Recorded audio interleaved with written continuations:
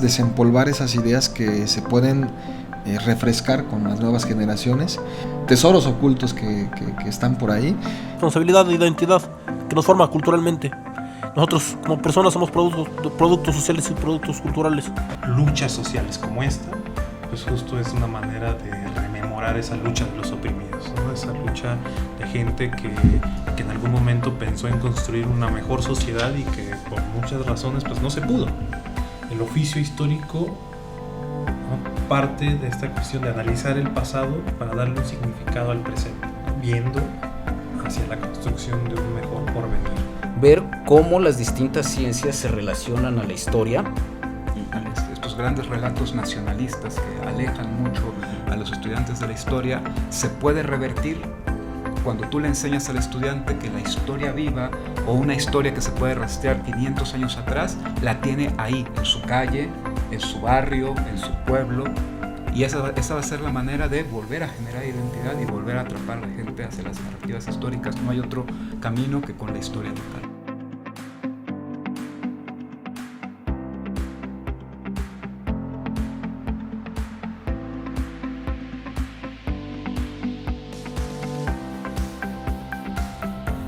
Hola a todos y todas, buenos días, buenas tardes, buenas noches, dependiendo del momento en que sintonicen su programa Miscelánea Histórica. Los saludan Rafael Aguirre Temamatla, allá tras cámaras, Óscar Lorenzana como director de audio, el doctor Jaime García y su servidor Omar Ali Salazar Blas, productores y conductores de esta entrevista. Les recordamos que Miscelánea Histórica es un proyecto que tiene la intención de difundir diversos temas desde la historia natural hasta la historia cultural. En esta ocasión, como parte del programa Miscelánea 21, dedicado a rescatar y difundir las investigaciones de las tesis de los egresados de las 21 generaciones de la licenciatura en Historia de la extinta Facultad de Humanidades, hoy Instituto de Investigaciones en Humanidades en Ciencias Sociales de la UAM, Miscelánea Histórica ha invitado a Amalia Dilén Mejía Cortés. ¿Cómo estamos el día de hoy, Amalia? Hola, bien, mucho gusto. Igual de nerviosa que nosotros. Igual de nerviosa, sí. No te preocupes. Pues mira, hemos hablado ya en otras ocasiones con los egresados y básicamente la intención de este programa es difundir ese conocimiento que tú generaste a partir de un trabajo de tesis, pero también conocer a Amalia como historiadora, ¿no? Tú llegas en un periodo 2010 importante en un sentido histórico para México. Es el bicentenario y centenario de dos de los procesos más importantes no sé si sus profesores en ese 2010 lejano hacían referencia al proceso, pero bueno, en tu experiencia, ¿cómo llegaste en 2010 aquí a esta Facultad de Humanidades, extinta Facultad de Humanidades? ¿Cómo llegué? Bueno, yo tuve 2 intentos más bien de ingresar a la carrera de Historia.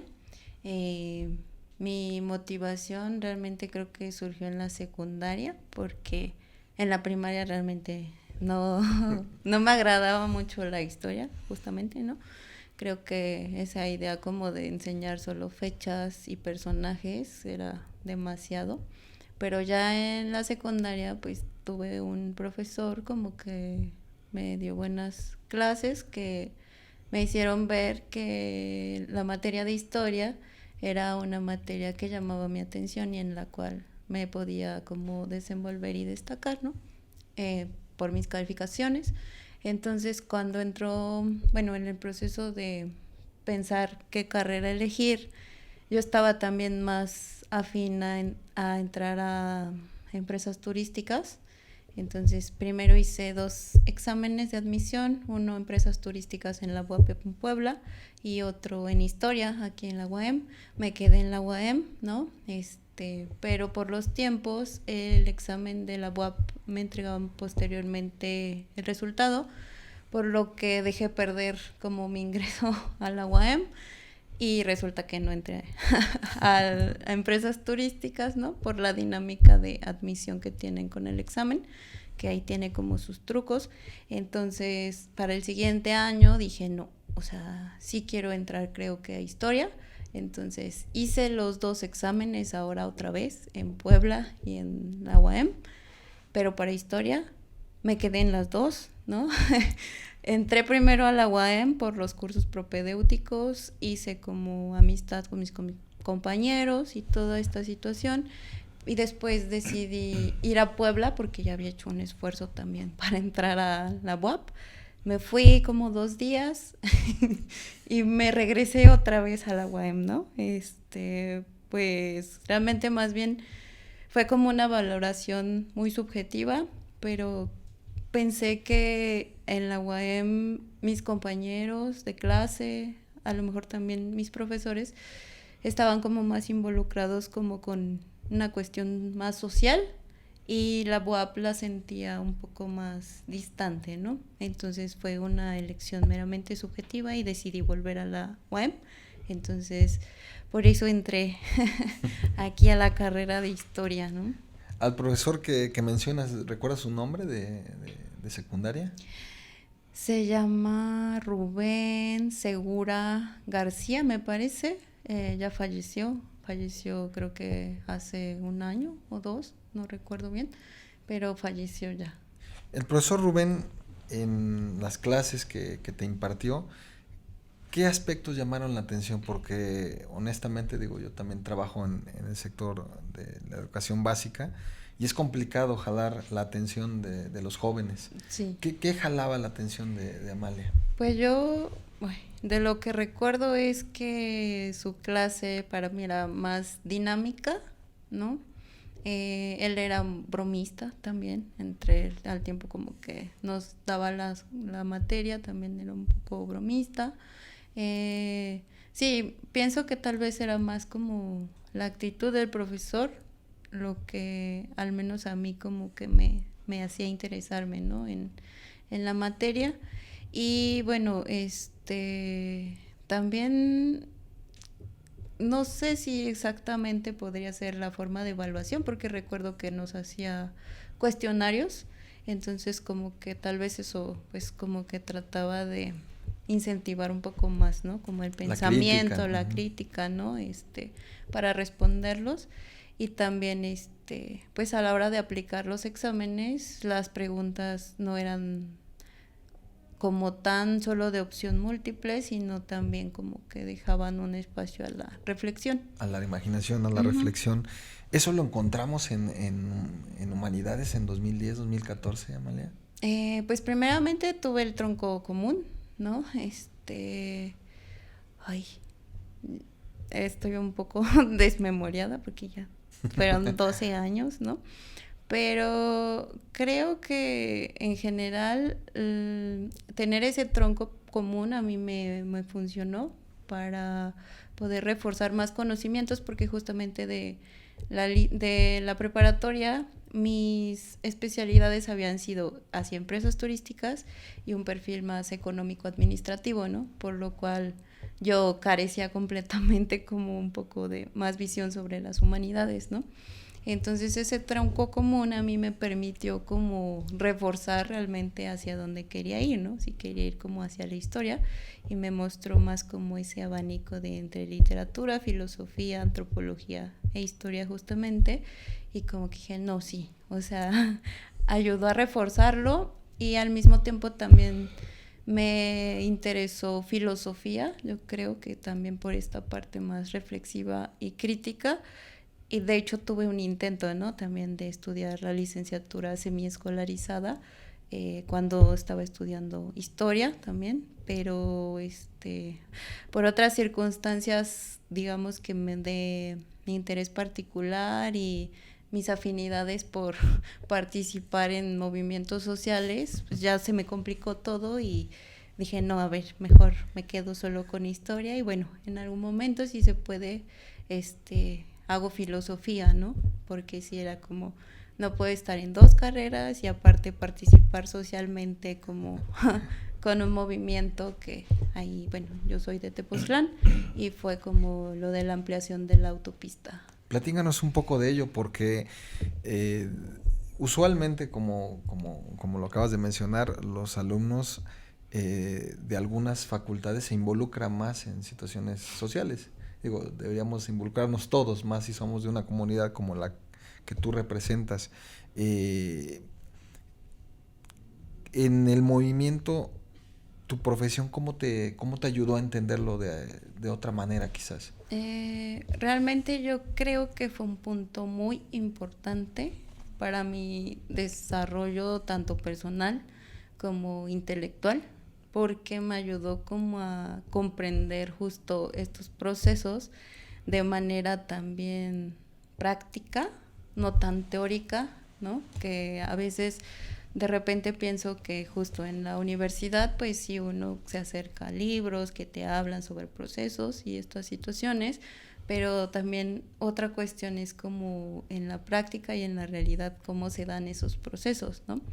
Obviamente yo al movimiento de la autopista, entré, digamos, un poco más ingenua, ¿no? Porque era más pequeña, ¿no? Considero que era más emocional, ¿no? Más crédula de ciertas cosas, ¿no? Pero conforme pasó el tiempo, también pues como que yo misma fui, ¿no? Como haciendo una propia crítica del mismo movimiento y el proceso y los actores, ¿no? Los participantes, las dinámicas sociales, cómo se transformó ya Tepoztlán, ¿no? Qué intereses había, ¿no? Me ayudó mucho justo como para involucrarme en ese sentido de ese conocimiento, y aparte también como para darme cuenta que a nivel nacional justo existen otro tipo de situaciones y problemáticas sociales que están como convergiendo, ¿no?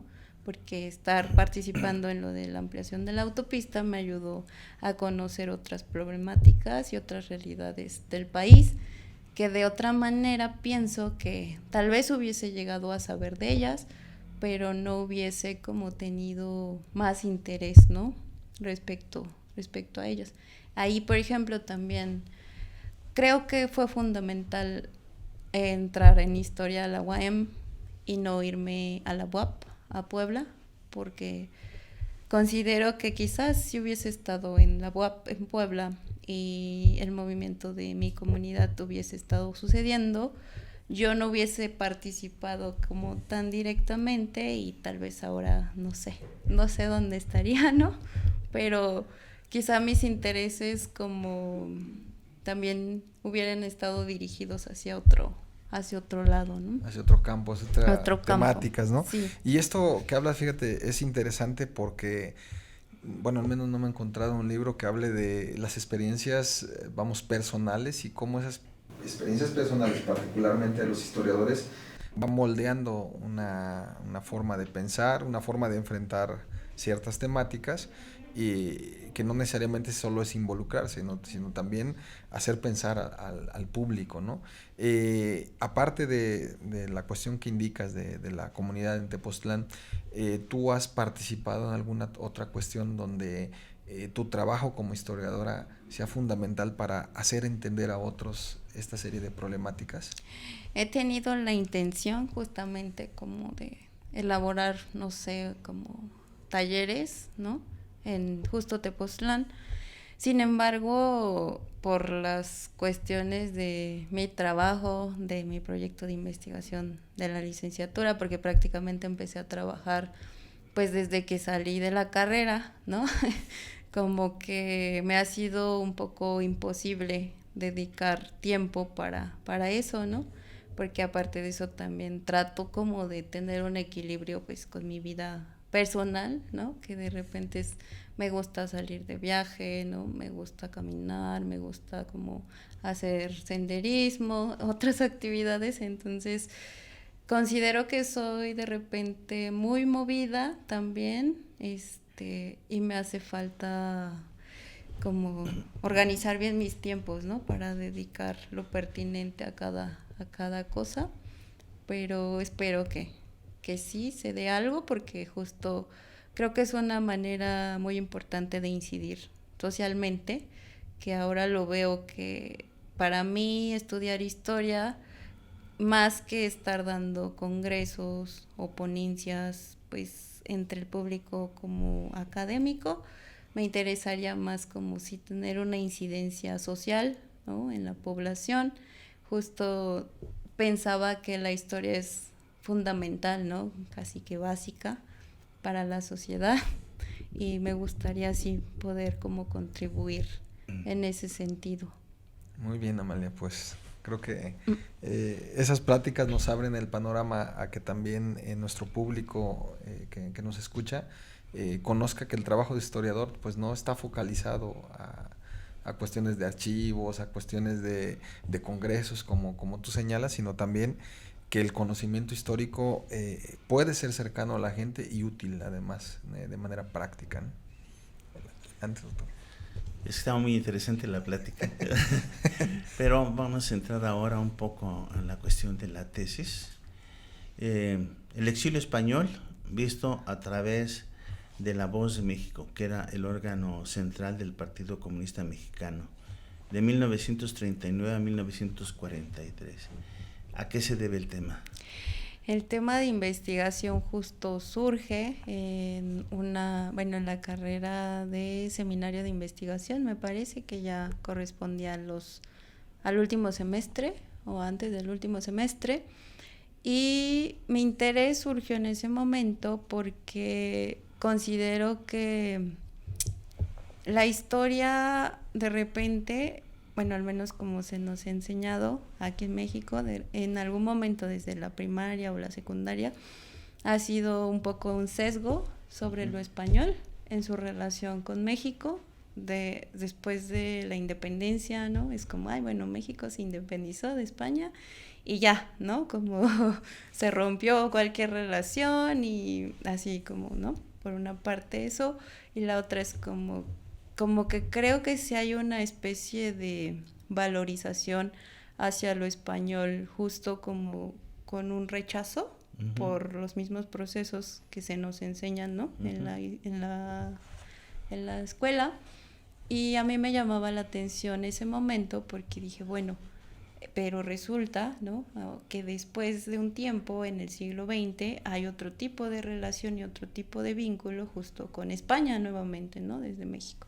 Entonces, por ello surge mi interés, por un lado como hacia el tema español y por otra parte la cuestión del exilio, ¿no?, la cuestión del desplazamiento, ¿no?, de la guerra, porque también creo que esa temporalidad siempre me llamó mucho la atención, ¿no? La Segunda Guerra Mundial como un periodo muy álgido, las transformaciones, entonces creo que de ahí viene mi interés.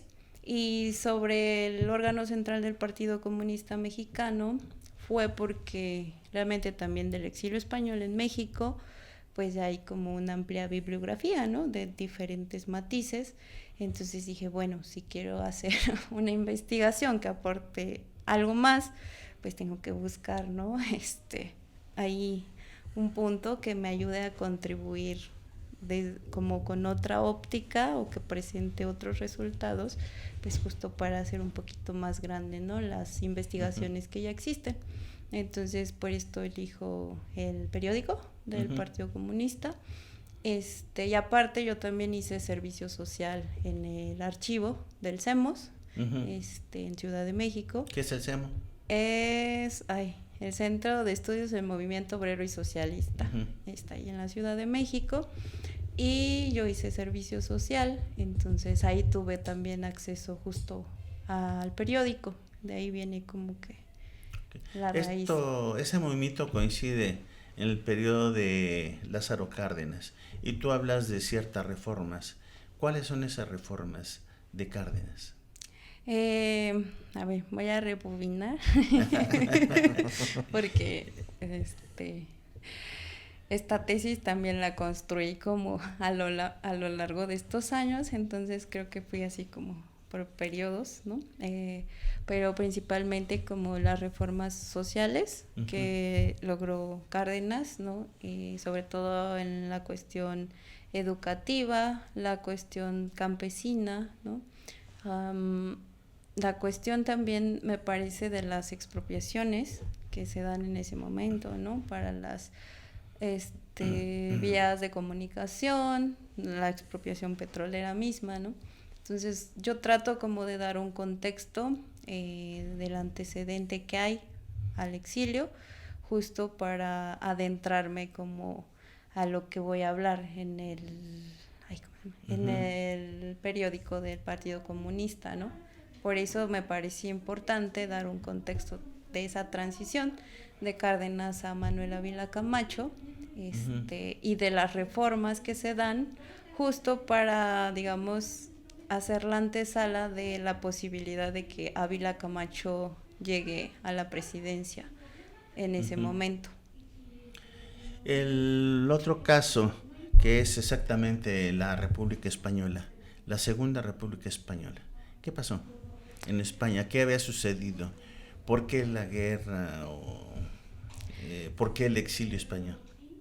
Bueno, ahí también, justo en la tesis, yo hago un capítulo que corresponde a este proceso como del antecedente del exilio español en México, y en este capítulo lo que trato de hacer es mostrar un poco la historia que había en España, ¿no? Antes justo de la Segunda República, que como antesala era una monarquía, ¿no? Una monarquía pues que ya había tenido un periodo largo de tiempo, que era finales del siglo XIX, principios del XX, y las mismas condiciones, al menos de las bibliografías que yo consulté, dicen esto, ¿no? Que en España ya para casi cuando se establece la Segunda República Española, las mismas condiciones sociales de cambio, transformación de la clase media también ascendente, ¿no?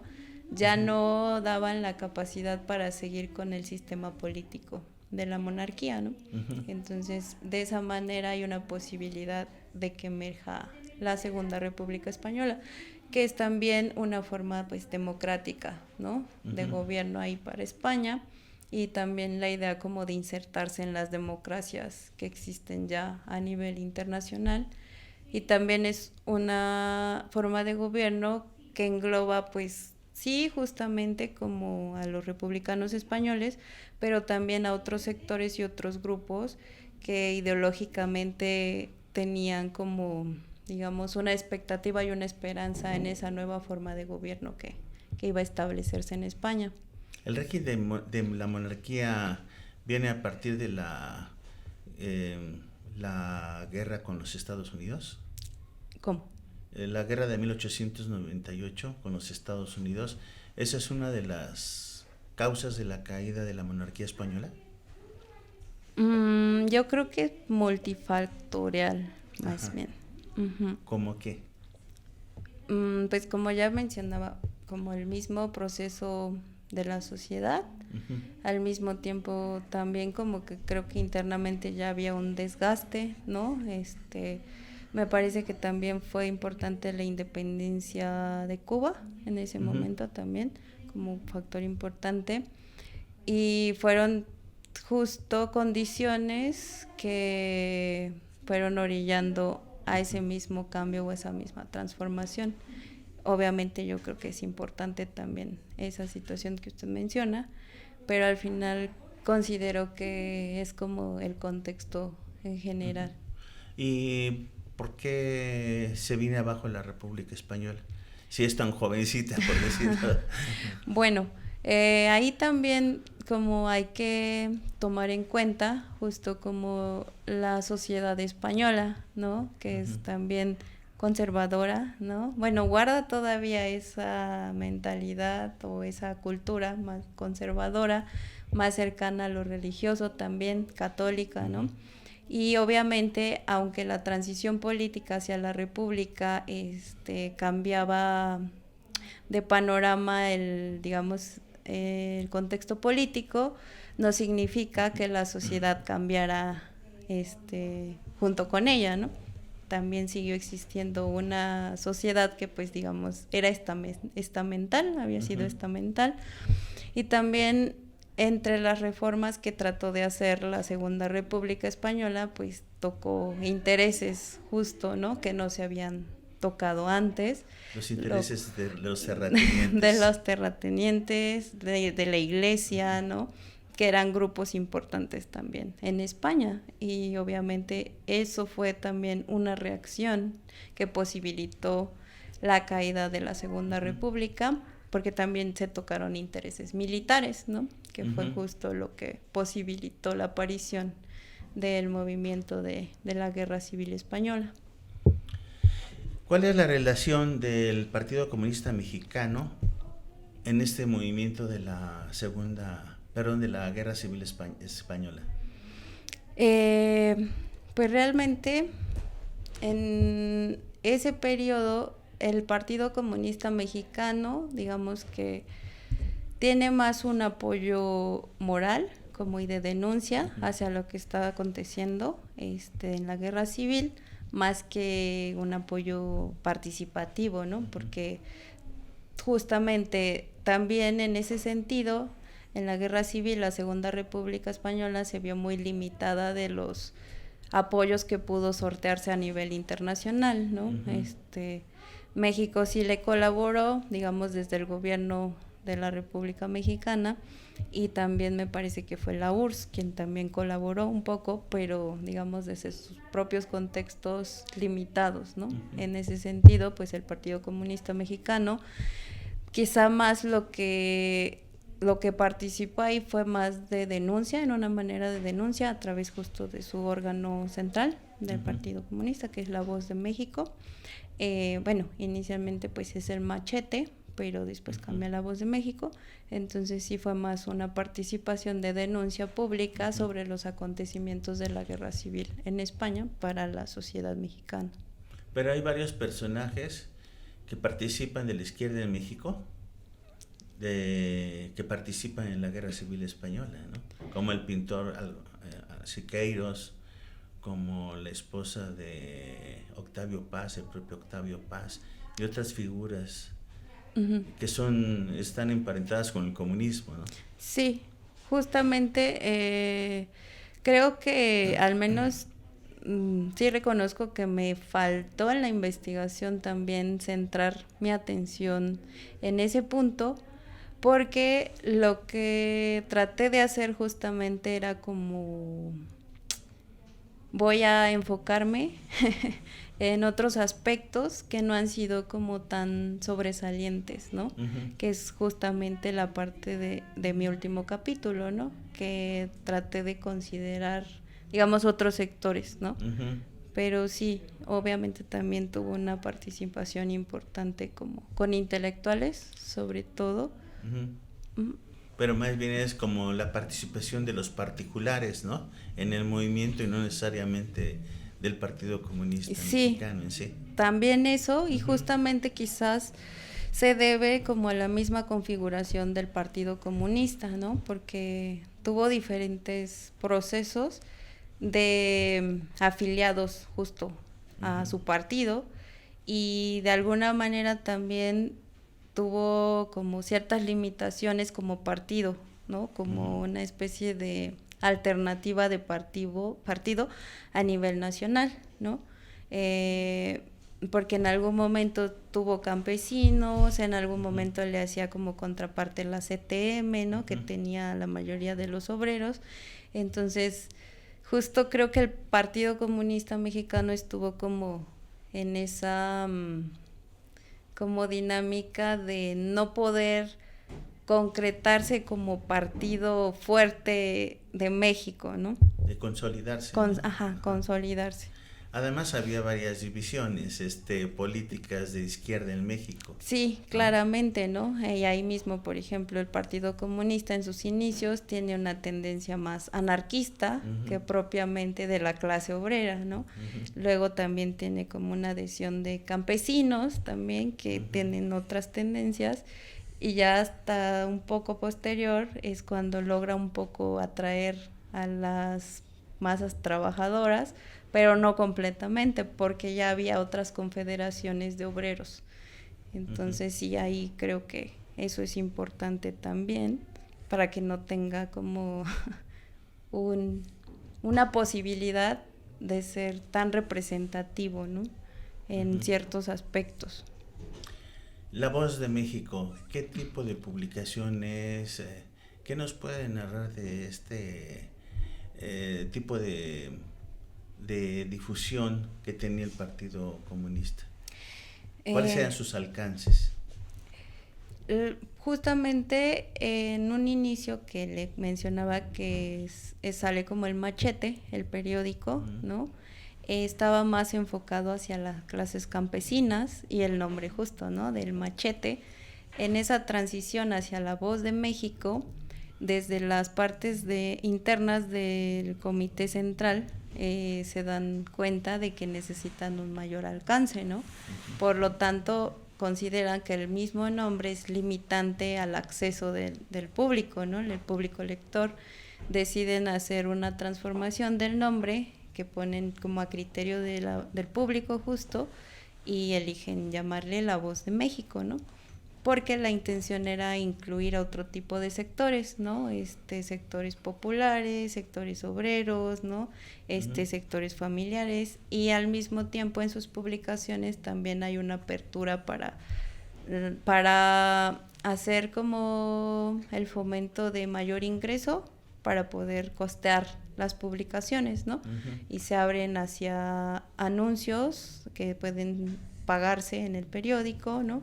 También empieza a considerar notas deportivas, ¿no? Empieza a considerar publicaciones sobre otros aspectos del país, ¿no? Y en general, pues sí maneja sobre todo como los acontecimientos de ese momento, ¿no?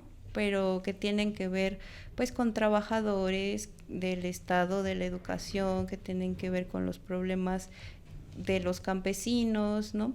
Maneja así una variada cantidad de información. Y otra, ¿qué más me había preguntado? No, eso es exactamente qué alcances tenía, cuál era su público. Su público lector. Y en esa época, bueno, había dos periódicos que eran lo máximo, ¿no? El Universal y el Excelsior. Exactamente. ¿Cómo competía con esas empresas? Híjole, pues realmente lo pensaría, no sé si haya sido una competencia tan fuerte por su limitación justo de recursos económicos, pero al menos sí yo creo que con la perspectiva, ¿no?, que se manejaba desde el mismo periódico, ahí sí podía ser como diferente, ¿no? Porque era un periódico que surgía justo desde lo que se conoce como las izquierdas, ¿no? Y que tenía justo otras visiones al respecto, ¿no? Por ejemplo, en el caso del exilio español, ahí era un claro ejemplo de que se manejaba la información en una lógica de apoyo al acontecimiento, ¿no? O sea, cuando el mismo fenómeno del exilio representó una especie de problema para la sociedad mexicana, al menos desde la opinión que se manejaba en otros periódicos, ¿no? Porque era una que manejaba un rechazo, ¿no? Porque venían a quitar los trabajos, ¿no? Porque eran rojos, porque sí había como más sesgo respecto a lo que había ocurrido con este sector de la población española. Esto de la política comunitaria del gobierno mexicano, ¿en qué consiste? De Cárdenas. Sí, su política exterior hacia afuera, cómo ayudar a los exiliados, etcétera. Bueno, esa política se mantiene más bien durante el periodo de Cárdenas, ¿no? Y justo está vinculada también con los agentes que tiene Cárdenas en el gobierno, ¿no? Que son también intelectuales, y al mismo tiempo creo que fue también una manera de autodefensa de México por la misma situación que tenía a nivel nacional, ¿no? Que era la cuestión de la expropiación petrolera, ¿no? De esa no intervención del extranjero, y era una manera de decir, es que nadie más tiene que intervenir en asuntos, ¿no?, de las propias naciones, y su manera y su posición de ayudar justo a España y a la República Española era defendiendo justo el gobierno democrático que se había elegido, ¿no?, en ese momento.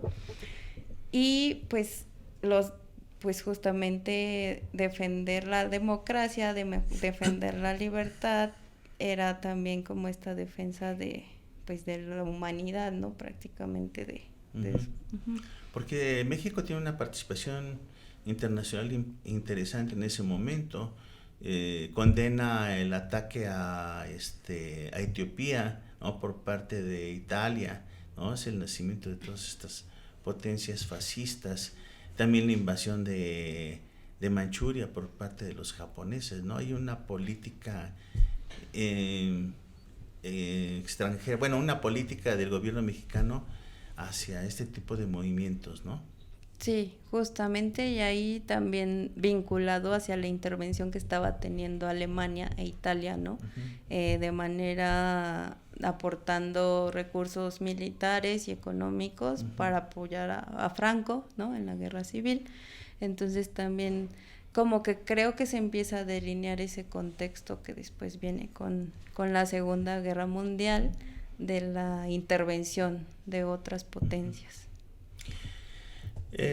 Con respecto a los propios españoles, los republicanos, ¿cómo se empiezan a tejer esas redes de apoyo hacia la República y después hacia los exiliados, y en particular de México o de los países latinoamericanos? Pues principalmente yo creo que la red central fue el gobierno mexicano, ¿no? Con Lázaro Cárdenas, también desde intelectuales, ¿no? También hay que considerar que había ya una población española en México, ¿no? Migrante de los principios del siglo XX, ¿no? Entonces, de ahí también hay como estas redes, ¿no? Yo hablo de otro tipo de redes que logré rastrear justo en el periódico de La Voz de México, ¿no? Que digamos que pertenecen a sectores campesinos, a sectores de la clase obrera, ¿no?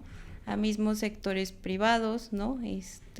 Por ahí encontré algunos ejemplos que dan, ¿no? Pues que los campesinos participaron con tanto maíz, ¿no? Para mandar a España durante la Guerra Civil, ¿no? ¿Campesinos mexicanos? Campesinos mexicanos, ¿no? Hay una parte que dice que una cantidad de personas indígenas mandó costales de tortilla dura, ¿no? O sea, pero esa misma acción se reconoce, ¿no? Por parte de un cónsul español, ¿no? Como hacia el pueblo mexicano. Entonces, justo en esta parte de donde yo traté de visualizar estas redes de apoyo, va más allá como de estos sectores que ya se establecen, ¿no? Digamos, como desde el gobierno, desde los intelectuales, ¿no? Y justo fueron los que yo logré ubicar, ¿no? ¿Se crearon organismos, comisiones, algo? Ajá, logré ubicar, por ejemplo, que se crearon organismos de ayuda a la República Española en México, por lo menos como 5, en Chihuahua, en Nayarit, en Michoacán, no recuerdo las otras 2, pero estos organismos se dedican a realizar actividades para recaudar fondos y poder como dirigirlos al Partido Comunista y los envía de ayuda a España, ¿no? Que fue durante el periodo de la Guerra Civil. ¿Participan españoles o empresas españolas en estas organizaciones? Las que yo ubiqué, no, son completamente pues iniciativas mexicanas. Sobre ¿no? todo de asociaciones sindicales y cosas por el estilo. Ajá, tienen esa relación con asociaciones sindicales, algunos otros con ejidos, por ejemplo en el caso de los campesinos, ¿no? Incluso hay como acciones aisladas, ¿no? Que también maneja el periódico, de la madre de familia que constantemente dio tanta aportación, ¿no? Y sí, o sea, como no es propiamente que sean actores ya establecidos en un sector, ¿no? También hay otra organización que se hace desde una mujer que logra obtener fondos del Banco de México, ¿no? Pero obviamente esta mujer, de que no recuerdo el nombre, tiene liga con el sector político también, ¿no? O sea, ahí también se va definiendo como la clase social, ¿no? Desde dónde pueden participar y cuál es el aporte, ¿no?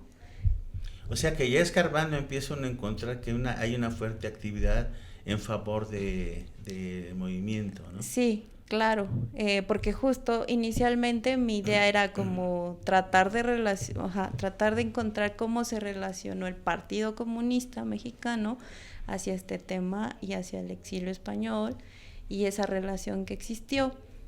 Pero también lo cierto es que de la historia del Partido Comunista Mexicano se está construyendo, ¿no? Apenas. Y también en ese momento la bibliografía que yo llegué a consultar todavía era más limitada, ¿no? E incluso, pues en su momento que fue el doctor Horacio Crespo mi asesor de tesis, justo me mencionaba esta parte y por eso me decido como ir, bueno, está bien, no voy a tratar de abordar esa relación directa del partido, sino más bien como ver qué información se maneja en su periódico, ¿no? Y hacia dónde va dirigida. Bueno, y ya este medio como involucrado en la cuestión del exilio español, ¿qué historias se cuentan ahí? ¿Hay una difusión amplia de lo que sucede en España? De los ataques, de las guerras, de cómo se fueron exiliando, cómo se empezó a mover la gente. ¿Hay esa narrativa? Hay más narrativas, sí, justo del momento de la guerra civil, de los acontecimientos, por así decirlo. Sin embargo, ya posterior a ello, deja de aparecer, ¿no? En las publicaciones del periódico. Es tanto de la narrativa de los acontecimientos y sobre todo como esta parte del apoyo que se da ante esos acontecimientos, ¿no? O de las actividades que se van a organizar para apoyar esos acontecimientos, ¿no? Es como la información que yo logré ubicar. Y pues considerando el número de ejemplares, que no tengo exactamente el dato, pero por ejemplo veía que para el periodo del 1939 eran alrededor, creo que de unos 200 ejemplares, porque lo que pasa es que en algún momento La Voz de México era semanario y después se convierte en diario, ¿no? O sea, se publicaba cotidianamente, ¿no? Entonces, considero que para pues el nivel de publicaciones sí también es como un poco sesgada la información, o sea, no tampoco se le da así tanta atención, ¿no? a la problemática, pero sí se pone ahí, ¿no? O sea, hay cierto tipo de información de algunos hechos, pero se empieza a centrar más a la cuestión de la organización, ¿no? De la acción de estos diferentes organismos que estuvieron ligados a el exilio español, ¿no? Y de alguna manera también está un poco limitado. O sea, no voy a decir que encontré, ¿no? Pero yo creo que sí fue lo suficiente que me permitió a mí hacer esta reconstrucción, ¿no? Y considerar estos organismos que aparecen. Bueno, entonces tenemos una actuación del gobierno de Lázaro Cárdenas en favor de los exiliados. ¿Qué pasó después con el siguiente presidente? Justo con Ávila Camacho hay una transformación no radical, digo, tanto en la forma de gobierno, ¿no? Pero también en la misma posición que se tiene hacia los exiliados españoles, que es un poco más controlada, ¿no? Digamos que a diferencia de Cárdenas, que fue un poco más abierto y sí, justo como más benevolente, Ávila Camacho trata de ser más restrictivo, ¿no? Sobre todo con los perfiles ideológicos, ¿no? De los exiliados españoles, ¿no? Y también tiene una intervención respecto a los fondos que tenían los exiliados españoles en México, ¿no? Que ese fondo, pues al final estaba administrado por los mismos españoles exiliados, pero lo que hace Ávila Camacho es mexicanizar ese fondo justo para invertirlo, ¿no? Como en cosas como que conciernan también al país. De esa manera, creo que se mantuvo un poco ambiguo Ávila Camacho. En algunos autores también como que lo mencionan que con una tendencia quizás más profranquista, pero sesgada, ¿no? Y los acontecimientos ya de la Segunda Guerra Mundial pues vienen como a transformar esa posibilidad de que Ávila Camacho entre como en este coqueteo con el franquismo y termine de alguna manera, pues tolerando, ¿no? O aguantando la situación de los exiliados españoles. Hay algo que me llama la atención sobre este proceso, porque se le da mucha difusión a los niños exiliados, que incluso fueron enviados a uno de los internados que ya existían del sistema de internados en México. Los envían a Michoacán, ¿no? Uh-huh. Pero ahí siempre me ha surgido la pregunta, ¿hay exiliados adultos? ¿Qué pasa con ellos? Pues justamente yo al menos como de lo que logré entender de las bibliografías que leí, y aparte también conocí al hijo de un exiliado español y bueno, he conocido personas también alrededor, ¿no? Uh-huh. Y justo en una entrevista que tuve con el hijo de un exiliado, que es un profesor de aquí de biotecnología, uh-huh, ¿no? Él me contó su historia familiar de cómo su papá llega a México, ¿no? Y me decía que su papá era médico, entonces se exilia a México y llega a México, y en ese momento él ya no tiene ninguna participación política, ¿no? Se dedica completamente a su profesión.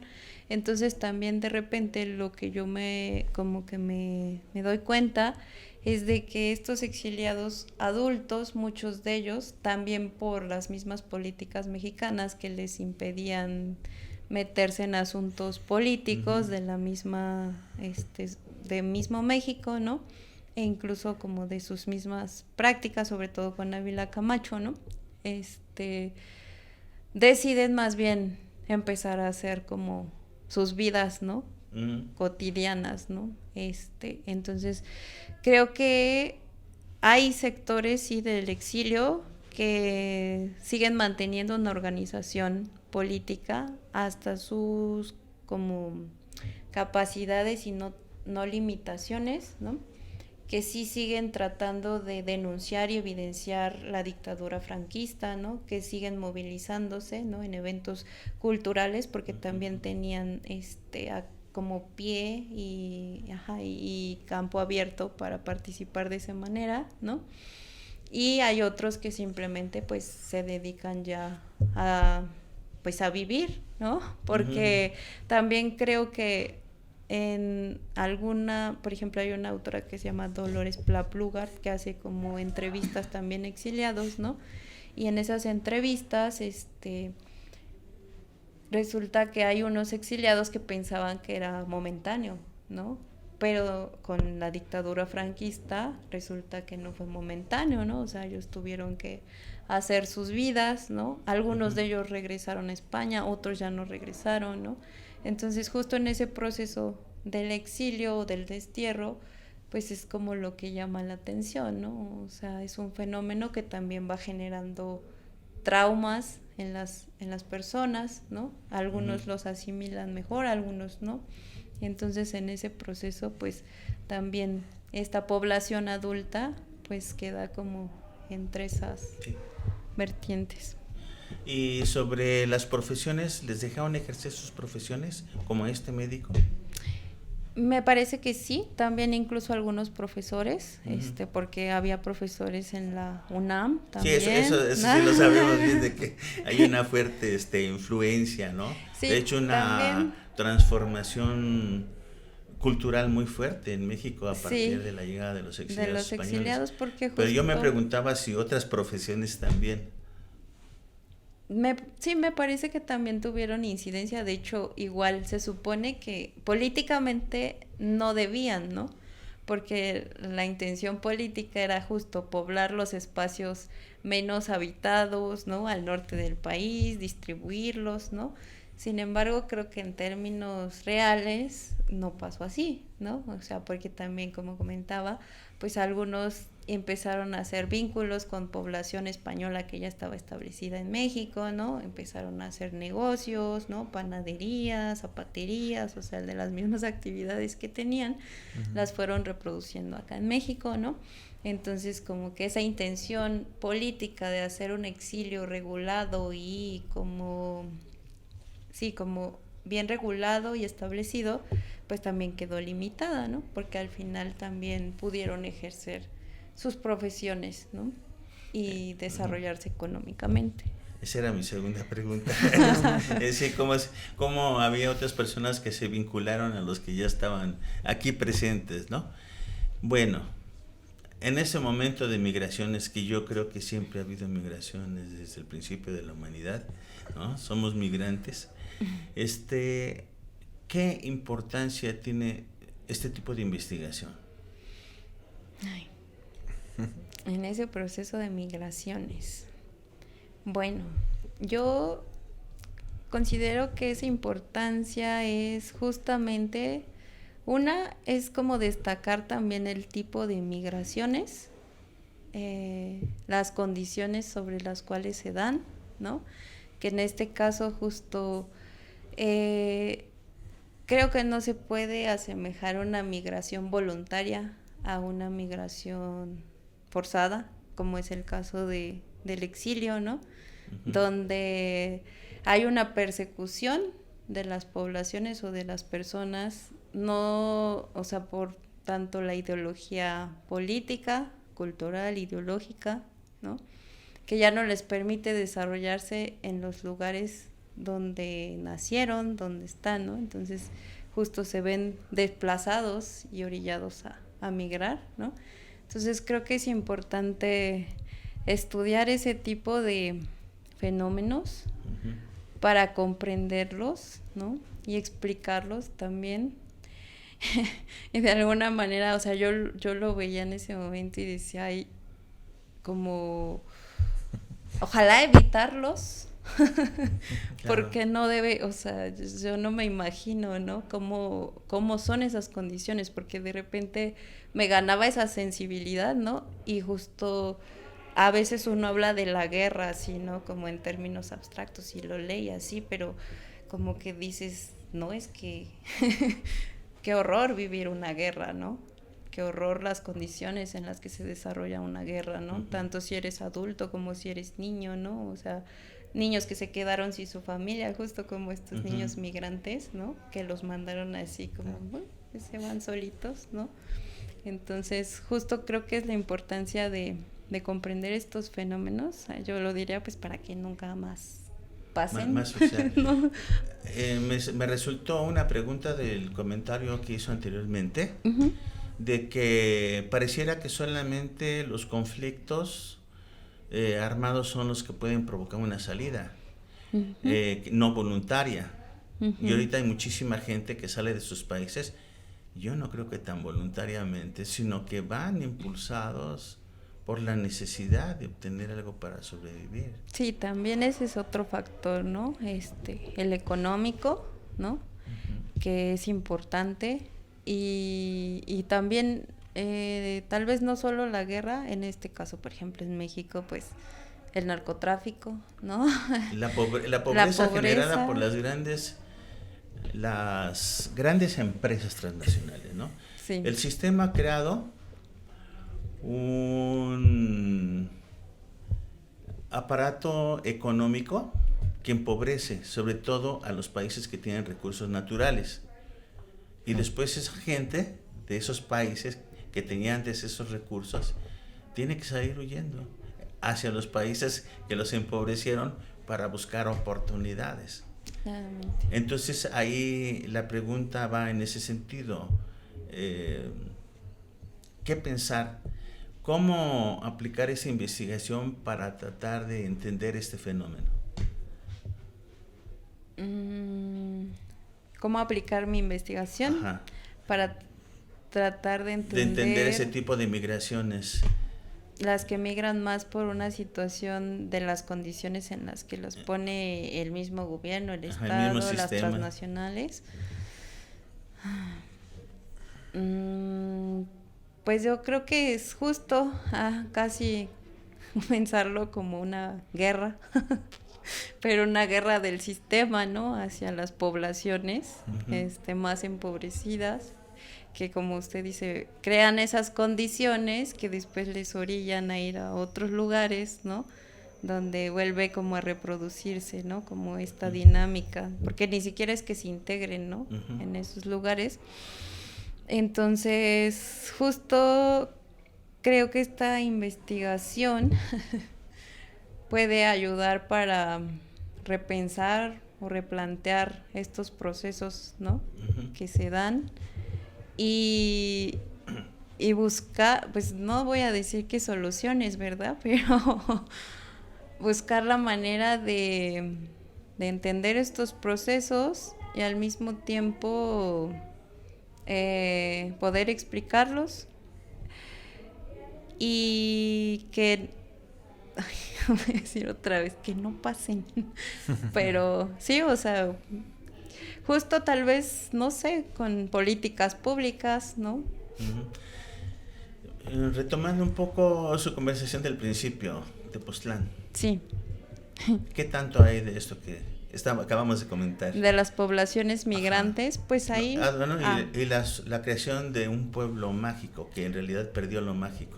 Claro, de hecho, ahora en mi proyecto de investigación para la maestría, justo estoy por abordar el tema de la gentrificación y la turistificación, ¿no? Que ese es otro proceso también de migración o de desplazamiento, ¿no? Que está más movido dentro de esta dinámica global del capital, ¿no? Y al menos en el caso de Tepoztlán, lo que yo observo y ahora como más puntualmente es justo nueva población que ha venido, ¿no? De Ciudad de México con un estatus socioeconómico clase media alta, ¿no? Porque sí es gente que tiene recursos económicos. Y en este proceso ha habido como un encarecimiento de la vida, ¿no? Un aumento de los costos también, de canasta básica, de servicios, de las casas habitaciones, ¿no? O sea, uno se encuentra ya rentas entre 8,000 y 15,000 pesos al mes, ¿no? Por no hablar de los mismos locales que se rentan quizá en el centro de Tepoztlán.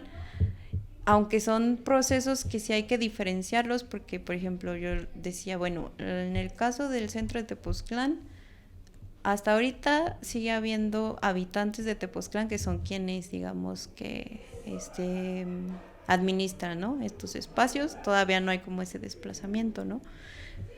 Pero en la periferia, pues ya uno ve así que compraron tal terreno, otro compraron tal terreno, ¿no? Y entonces empieza a haber una urbanización que no había, empieza a haber establecimientos de lugares que tampoco había, pero estos lugares son como para una tipo de clase, ¿no? Una élite que justamente van generando segregaciones, ¿no? En la población que no existían. También está la otra migración, que sí son poblaciones pues de Guerrero, ¿no? Que vienen en busca de mejores condiciones. Y justamente hace poco hablábamos como de cómo estas dos tipos de migraciones inciden de manera diferente en el pueblo, ¿no? Porque obviamente si hay una élite económica tiene mayor incidencia como en las decisiones políticas, las decisiones culturales, ¿no? Y sociales, y obviamente esta otra élite más bien se asemeja un poco a las dinámicas del pueblo de Tepoztlán y por lo tanto como que se integra, ¿no? Pero la otra élite permanece así, completamente separada, ¿no?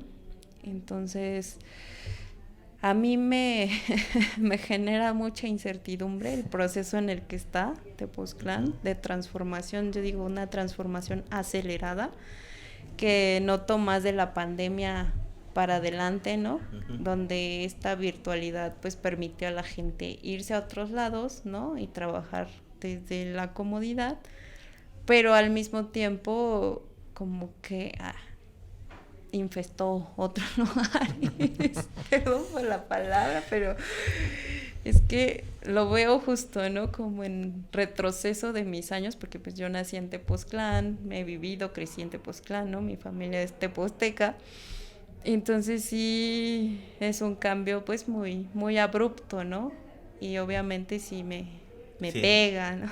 Muy abrupto de que se llame Tepoztlán a que le cambien el nombre a Fifistlán. Ajá. Súper abrupto. Sí. Bueno, regresando un poco a la cuestión de su trabajo, las fuentes que utilizó, que son la hemerografía, esta fuente, la cuestión de otras fuentes de documentos que están alrededor de eso, y las entrevistas. ¿Qué tanto o qué dificultades encontró en encontrar las fuentes y trabajarlas? Uy, pues esa sí fue una dificultad muy grande. Una, pues el lugar, porque pues me quedaba en la Ciudad de México, ¿no? Desplazarme a la Ciudad de México. Otra, que La Voz de México no está catalogada, ¿no? O sea, sí... Y están los montones de los periódicos. montones de periódicos, sí está por lo menos por años, Ajá. pero hay que, así, revisarlos todos, uno por uno, ¿no? Entonces, eso, justo, tuve que hacer esa revisión manual de uno por uno, quizá por eso también de repente mi tesis se postergó un poco más, ¿no? Tuve que sacar también evidencias fotográficas pues, de los documentos, porque no podía escanear, porque no tenían un escáner, ¿no? Y después de las fotografías yo tuve que hacer, ¿no? Como mi propia herramienta de sistematización, ¿no? Donde transcribí las notas, las ordené, ¿no? Por años. Y de ahí mismo tuve que hacer mi selección de, bueno, a ver, ¿cuál sí, no? ¿Cuál me va a servir? ¿Cuál se relaciona? Tal, ¿no? E incluso pues dejé algunas fuera, ¿no? Entonces yo creo que tuve que hacer mi propia metodología, ¿no? Con ese periódico, porque pues nadie me dijo, no, pues vas y lo estudias así y le haces así, ¿no? O sea, eso yo creo que sí fue también un aporte, ¿no? Sí, claro. De mi parte. La idea era poner justo apéndices de esa información que yo obtuve en la tesis, pero, o sea, por los tiempos y todo, o sea, ya no los pude poner, pero igual ahí está mi información también, ¿no? Esto es muy importante porque generalmente tenemos esa idea romántica de que el alumno ya se va a hacer su tesis, ¿no? Y llega a un archivo, llega a una biblioteca y ya lo tiene todo ahí, ¿no? Sí. Cuando en realidad muchas veces se encuentra uno la fuente en estados que a veces son muy deplorables. A veces está ahí la fuente, pero hay que organizarla, como en su caso. Y además esta cuestión de ir sacando, construir sus propios métodos para poder llevar a cabo la extracción de la parte rica de la información. Sí. Yo creo que esa experiencia que usted acaba de dar es muy importante. Y con respecto a las entrevistas, que muchos de los que hemos entrevistado han trabajado lo que se llama la historia oral. ¿Qué tan fiable es la fuente, las historias orales? Pues realmente de ahí yo tenía la intención como de considerar entrevistas, pero solo hice esa entrevista al investigador, ¿no? Justo porque no me quise como desviar, ¿no? De mi propósito original. Entonces, pues también hay que considerar, ¿no? O sea, como el bagaje cultural, el contexto, la memoria, ¿no? Qué tan fidedigna es la información, ¿no? Entonces, sí me parecen importantes, porque también aportan como otra perspectiva, ¿no? A la misma construcción que ya existe, ¿no? Y parece, pues sí, en ese sentido creo que aportan a la investigación también, de una manera que permite una comprensión pues más general de esas realidades, ¿no? Que existen en torno a un fenómeno, ¿no? Como este caso pues del exilio español.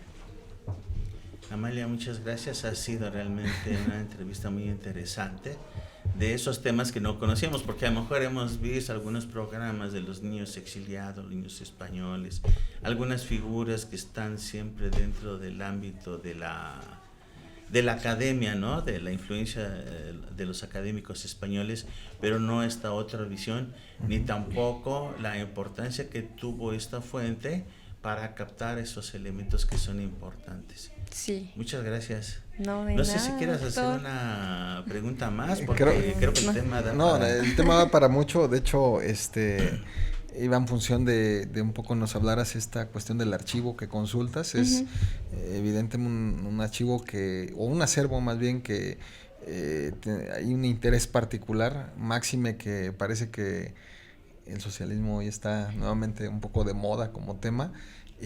Háblanos un poco de esa experiencia, en ese archivo, en ese servicio social que presentas. Claro, pues el archivo justo guarda información sobre el movimiento obrero y socialista de México, ¿no? Fotografías, vinculadas también como al campesinado, al movimiento obrero, ¿no? A las transiciones políticas.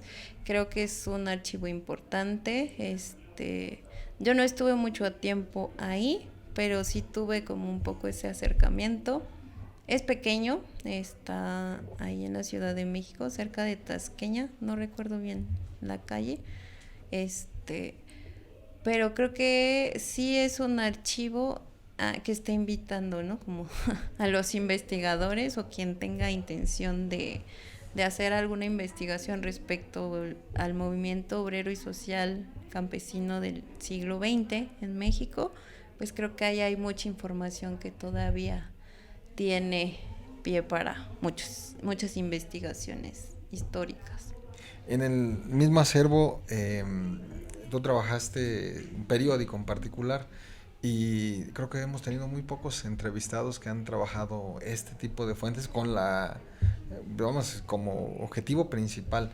¿Qué nos encontramos en un periódico de esta característica, aparte de lo que tú buscabas? Pues justo lo que más encontré fueron notas que se dirigían hacia las situaciones sociales, políticas del momento, ¿no? Obviamente había críticas al gobierno también, había sobre todo difusión de acontecimientos que pasaban también internacionalmente, relacionados obviamente con el Partido Comunista, con la Internacional Comunista. O sea, yo creo que sí era un periódico que manejaba como una variedad de temas relacionadas sobre todo al contexto social, político y económico, ¿no? Tanto de México como a nivel internacional y obviamente relacionado como a sus intereses ideológicos, ¿no? También. ¿Tenemos fechas aproximadas de inicio o fin de la publicación? De La Voz de México, pues justo La Voz de México cambia su nombre en el 38 y me parece que sigue publicándose hasta el 75. Sin embargo, hay periodos donde deja de hacerse esa publicación debido a las condiciones políticas también y económicas, ¿no? Obviamente yo solo me dediqué como a la revisión de mi periodo, ¿no? Porque ya no me daba para más, con eso quedé así como, ay, bueno, gracias. También tuve que revisar obviamente el Machete, que fue el anterior, ¿no? Para entender un poco y de hecho pues construir un poco una aproximación hacia La Voz de México, porque sí me vi muy limitada en cuestión de bibliografía, no había un libro que me dijera la historia de La Voz de México fue esta, ¿no? Sino que es como, bueno, ok, trata de reconstruir cómo es que surge este periódico, ¿no? Lo más importante y lo más destacable, ¿no? Para poder dar una idea de qué es, ¿no? De qué estás hablando. Muy bien, Amalia. Pues bueno, creo que... Tengo una pregunta Sí, más. adelante. No. Ese archivo, y esto ligado con unas pláticas que hemos tenido con Omar, ese archivo del Partido Comunista, ¿tiene información sobre la labor de la educación rural en México? Yo creería que sí. La verdad es que digo, yo solamente como que me dediqué a revisar esta información, pero yo creo que sí debe guardar alguna documentación que aborde ese tema, porque tenía otros como acervos por ahí guardados, pero en cuestión, por ejemplo, de periódicos, son los relacionados como hacia... Yo me refería a esto porque en algún momento mencionaste educación. Y pues estamos hablando de educación socialista, por supuesto, Ajá, ¿no? claro. Entonces, y yo pensé que por ahí había algo que pudiese hablar de la labor docente o de la Pues labor de los quizás profesores. también, por ejemplo, en el periódico más bien se podrían rastrear, o sea, notas, porque sí hablaba mucho, ¿no? Como de los sindicatos, ¿no? De los Ujú. trabajadores de la educación, ¿no? Que denunciaba Ujú. situaciones que estaban pasando en diferentes planteles, ¿no? Entonces yo creo que como, así como yo hice, ¿no? Con el tema de Ujú. investigación sobre el exilio, ¿no? Que no era como propiamente que dijera, ay, sí voy a, porque esa era otra, ¿no? Voy a encontrar ese tema ahí, ¿no? Ahí. Sino era como, bueno, a ver si está, ¿no? Voy a revisar, o sea, si me da la fuente, ¿no? Para poder Claro. hacer algo, ¿no? Pero sí, yo creo que sí hay información ahí al respecto. Pues nuevamente muchísimas gracias. Sí. Muy bien, de Amalia, nada. pues esperamos contar nuevamente con la oportunidad para otra entrevista, una investigación termine posterior, la maestría. ahora que termine la A ver maestría. qué resulta. Y bueno, les comentamos que Miscelánea Histórica es un proyecto asociado al Seminario Permanente de Historia Regional de Morelos y con el archivo digital, histórico digital del Estado de Morelos, vinculados al Centro de Investigación en Ciencias Sociales y Estudios Regionales de nuestra máxima casa de estudios, la Universidad Autónoma del Estado de Morelos. A todo nuestro auditorio, muchas gracias. Reciban un cordial saludo de nuestra parte. Se despiden de ustedes Rafael Aguirre Temamatla, Óscar Lorenzana, Jaime García y su servidor Omar Ali Salazar Blas. Hasta la próxima.